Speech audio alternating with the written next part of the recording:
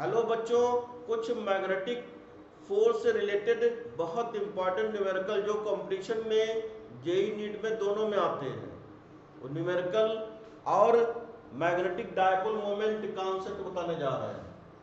तो इसमें to wires है, टू पैरेलल वायर्स है और दोनों में करंट फ्लो रही, दोनों आइडेंटिकल वायर है, इनका लेंथ एल है, इनके बीच का डिस्टेंस आर है। तो ये वायर एक दूसरे के ऊपर फोर्स अप्लाई करते हैं, फोर्स ऑफ अट्रैक्शन, और इसकी वैल्यू होती है F equal to mu naught by 4 pi I1 I2 upon R into L होती है। अगर हम force per unit length find करेंगे तो mu naught by 4 pi I1 I2 upon R हो जाएगा। ये कैसे फाइंड करते हैं? तो ये वायर, इसकी वजह से यहाँ मैग्नेटिक फील्ड फाइंड करेंगे, तो मैग्नेटिक फील्ड की वैल्यू हो जाएगी म्यू नॉट I1 अपॉन 2 पाई R। और इस मैग्नेटिक फील्ड में इनवर्ट मैग्नेटिक फील्ड होगा और थंब्स डायरेक्शन ऑफ करंट, तो पाम्स डायरेक्शन ऑफ फोर्स, तो ये fingers direction of magnetic field. इसकी वजह से इस पर जो मैग्नेटिक फील्ड का डायरेक्शन होगा वो इनवर्ट होगा, थंब्स डायरेक्शन ऑफ करंट, तो पाम ये मैग्नेटिक फोर्स फाइंड इससे मिलता है। तो ये एक न्यूमेरिकल है, इंपॉर्टेंट न्यूमेरिकल है। इसमें P Q R ये 3 आइडेंटिकल वायर्स है। P में करंट 30 एम्पियर फ्लो हो रहा है, Q में डाउनवर्ड डायरेक्शन में 10 एम्पियर करंट फ्लो हो रहा है, और R में 20 ampere current upward direction flow हो रहा है। इसके बीच में जो डिस्टेंस है वो 2 सेंटीमीटर है, इसके बीच में डिस्टेंस 10 सेंटीमीटर है। तो ये वायर इसके ऊपर कितना फोर्स लगा रहा है और ये वायर इसके ऊपर कितना फोर्स लगा रहा है। तो P वायर के ऊपर कितना फोर्स लगा रहा है और R वायर के ऊपर कितना फोर्स लगा रहा है, तो नेट फोर्स की वैल्यू बतानी है, net force per unit length की वैल्यू बतानी है। तो कैसे निकालेंगे? तो पहले हम इसकी वजह से फोर्स पर यूनिट लेंथ की वैल्यू 2 × 10⁻³ आती है, और जो दूसरे वायर की वजह से इसकी वजह से यहाँ फोर्स ये आता है 0.6 × 10⁻³ न्यूटन। तो नेट फोर्स कितना हो जाएगा? F1 - F2, तो नेट फोर्स की वैल्यू हो जाएगी 1.4 × 10⁻³ Newton. What is the net force on the coil? This is most important numerical. ये कोई वायर है, इसमें करंट 2 एम्पियर फ्लो रही है, और एक ये रेक्टेंगुलर लूप है, इसमें करंट 1 एम्पियर फ्लो रही है।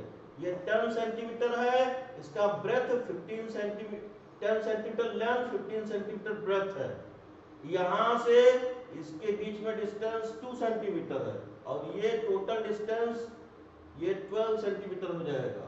तो ये वायर इसके ऊपर कितना फोर्स अप्लाई कर रहा है, तो वो F1 है। ये वायर इसके ऊपर कितना फोर्स अप्लाई कर रहा है, ये F2 हमने सपोज कर लिया। तो कैसे फाइंड करेंगे? तो फोर्स की वैल्यू ये फार्मूला यूज कर लेंगे।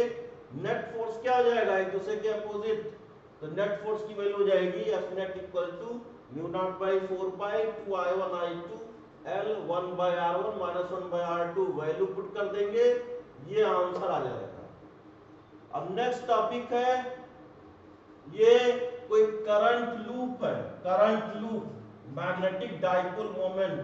जैसे इलेक्ट्रिक डाइपोल मोमेंट हम लोग फाइंड करते थे P equal to Q into 2L, जैसे ये -Q charge plus Q charge, distance between them is 2L, तो electric dipole moment P equal to Q into 2L होता था। ऐसे magnetic dipole moment M equal to current into area होता है। अगर इसका रेडियस R है, तो magnetic dipole moment M equal to I into pi R square हो जाएगा। मैग्नेटिक डाइपोल मोमेंट अगर n टर्न्स है, तो magnetic dipole moment M equal to NIA हो जाएगा। और इसमें डायरेक्शन कैसे फाइंड करते हैं? तो फिंगर्स विद डायरेक्शन ऑफ